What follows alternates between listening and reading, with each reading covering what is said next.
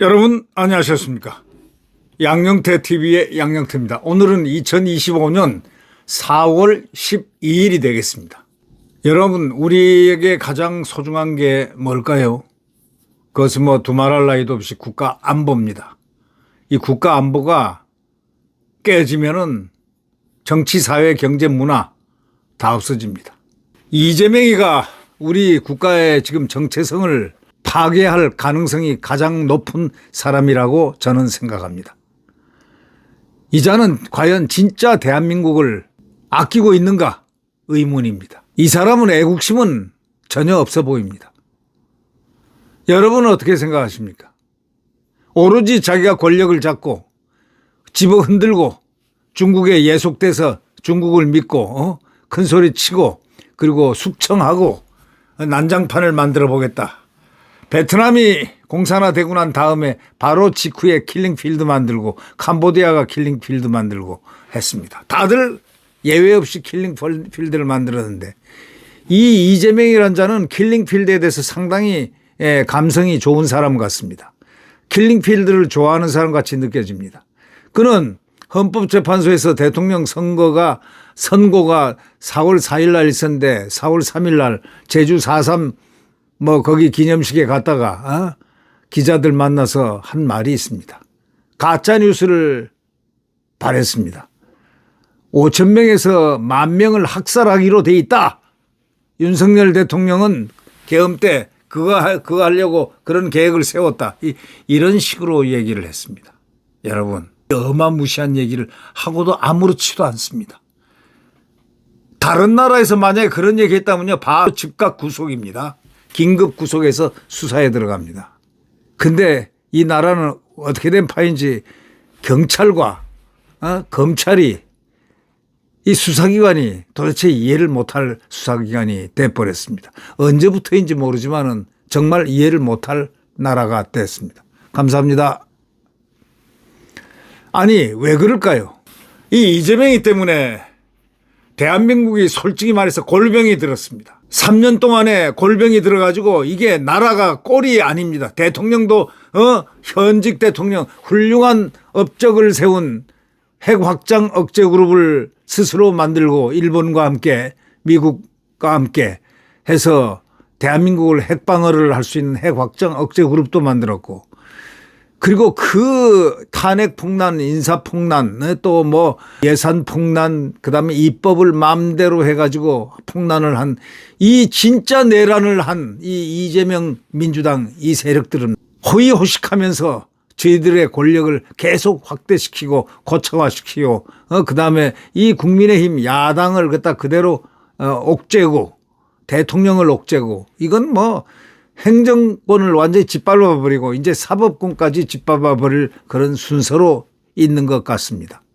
이 체제 수호를 위해서 그토록 경고를 하면서 했던 우리 대통령을 저렇게 기어이 파면시킨 이거는 거짓말 파면에 저거는 누가 진짜로 파면 무슨 사유가 법에 의해서 사유가 됩니까? 그러니까 제가 비판할 수 있죠. 아니 헌법 교과서를 쓰고 또 헌법에 대한민국의 1등이라는 태두라는 허영 교수 아마 여러분 들어보셨을 겁니다.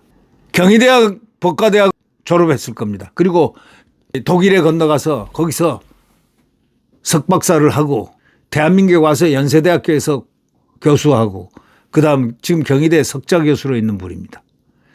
이분은 대한민국의 헌법학의 태두입니다. 누구도 그분을 추종할 수가 없습니다. 그분은 사법시험 출제위원이자 헌법학계의 태두라. 제가 알기로는 헌법학계 태두 3분이 계셨는데 2분은 지금 계시지 않은 걸로 알고 있고 이제 1등 태두가 되셨죠. 진짜 태두가 됐는데 이분이 10가지 항목을 쫙 들었습니다. 헌법재판소에 대해서. 언론이 다 났습니다. 이거는 헌법재판소가 이런 것을 개선을 안 하면은 만약에 안 하면 콩가루 가루가 될 것이다. 예언했습니다. 헌법재판소는 가루가 돼야 된다는 얘기입니다. 왜 그랬을까요? 그 내용에 쫙 10가지에 나와 있습니다. 문영배도 앞으로 재판받을 수 있다는 사실, 거기에 있는 재판관들 다 재판을 할 수 있다는 신세가 될 수도 있다는 것도 역지사지해야 될 겁니다. 왜? 대한민국이 만약에 존속한다면, 대한민국이 자유민주주의로서 존속한다면 멀쩡한 대통령을 파면시켜버린 8명의 그 사람들의 면면은 을사팔적의 심판을 받아야 되지 않겠습니까? 어저께 대통령은 사저로 돌아갔습니다. 그런데 대한민국 이 안보를 해놨던, 이 탄탄하게 해놨던 우리 대통령인데, 그 미국 인도 태평양 지역 사령관 세무엘 파파로 장군 포스터입니다. 이분이 뭐라 했냐면은 어제 중대한 얘기를 했습니다. 지금 현재 한국 상황이 상당히 어렵다는 것은 다 누구나 다 알죠. 그러면서 주한 미군이 지금 철수를 하거나 혹시 줄어들면은 북한 김정은이가 침공할 가능성이 매우 커진다. 이분들은요, 정책을 이 아태 사령관, 인도 태평양 사령관이라든가 나토 사령관이라든가 이런 분들은요, 정세 분석에서는 정말 왔다죠, 왔다. 아주 100% 맞는 분들입니다. 그런데 주한미군이 철수하거나 줄어들면은 북한 김정은이가 침공할 가능성이 커진다. 따라서 그 말은 뭐냐? 트럼프 대통령에게 이 한국에는 주한미군이 철수되면 안 된다.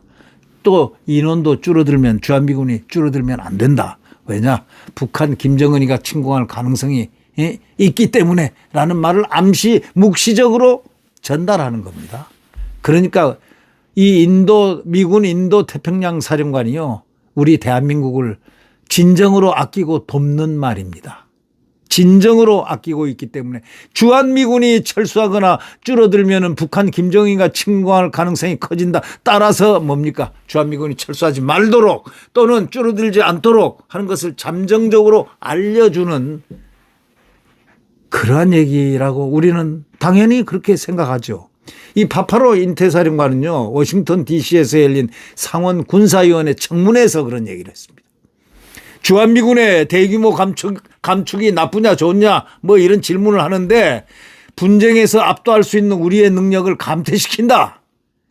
여기 한국의 이 적국들이 분쟁을 일으키는데 여기에서 우리 능력을 갖다가 자꾸 거기 미군을 빼려고 하거나 철수시키려 하면은 완전히 우리 능력을 감퇴시켜버린다. 이거 안 된다. 이렇게 말했습니다. 정말 훌륭한 분들입니다.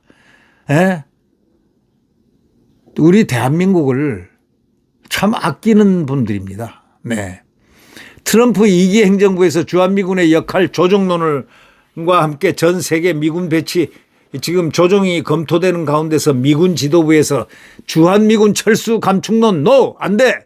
하고 부정적인 입장이 나온 이분들의 정말 이 대한민국에 대한 정확한 그 견해를 본 것은 우리 대한민국이 정말 감사해야 됩니다. 제이비어 브론슨 주한미군 사령관 8군 사령관이죠. 그 양반도 청문회 같이 갔죠. 거기서 이렇게 얘기했습니다.